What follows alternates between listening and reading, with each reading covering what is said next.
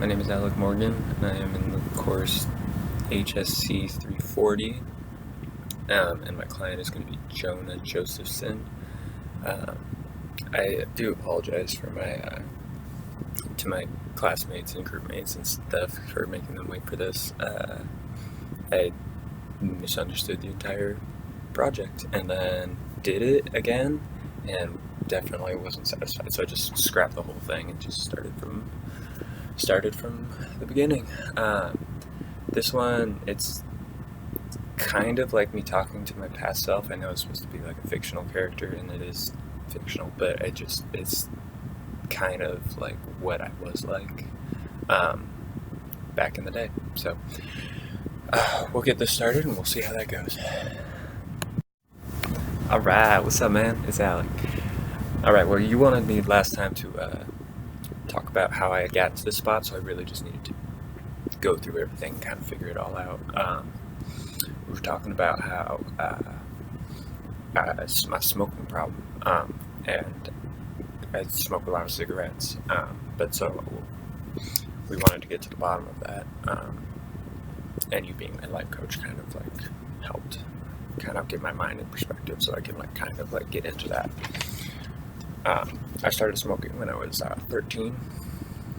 I was helping a family move, and the older siblings were smoking weed and smoking cigarettes out back, and I knew I was too young to smoke weed for some reason, but I was down to smoke a cigarette with them.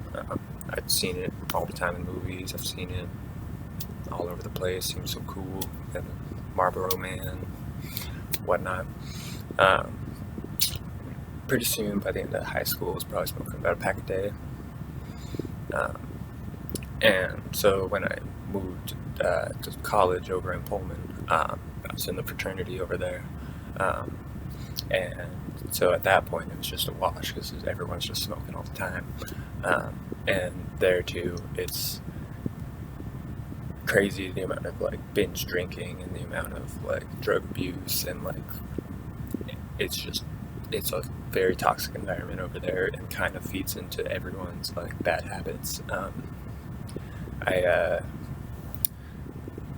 had to leave there, and it's hard now because yes, I do still smoke, and I smoke weed and I drink beer, but when I was there, I was doing coke and Molly, spice and oxys and Vicodins and shrooms and salvia and acid and codeine and Adderall and Percocets and Xanax, and because it was just kind of the party. It wasn't a thing. I wasn't like a drug addict. It was just kind of like a party scene, so it was like kind of just rolling like that. So nowadays, even though my behaviors aren't like healthy, it's just healthy in relative to what they used to be, which is kind of hard to justify to myself to make behavior changes, because I'm not chugging a half gallon of whiskey, or I'm not like doing a bunch of drugs, or I'm not doing anything. All I'm doing is smoking a joint, smoking a cigarette, and like drinking a couple beers, which seems like that, but relatively like that's nothing. So that's like hard to like justify it to myself.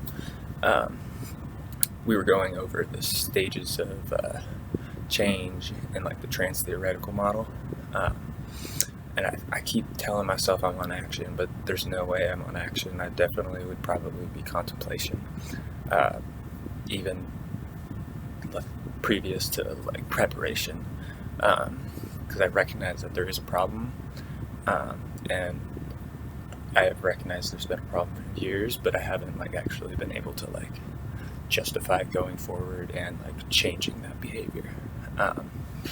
There we were talking about the specific processes of change, and naturally I'm kind of a charismatic person, so a lot of times when I have people around me, we kind of feed off of each other.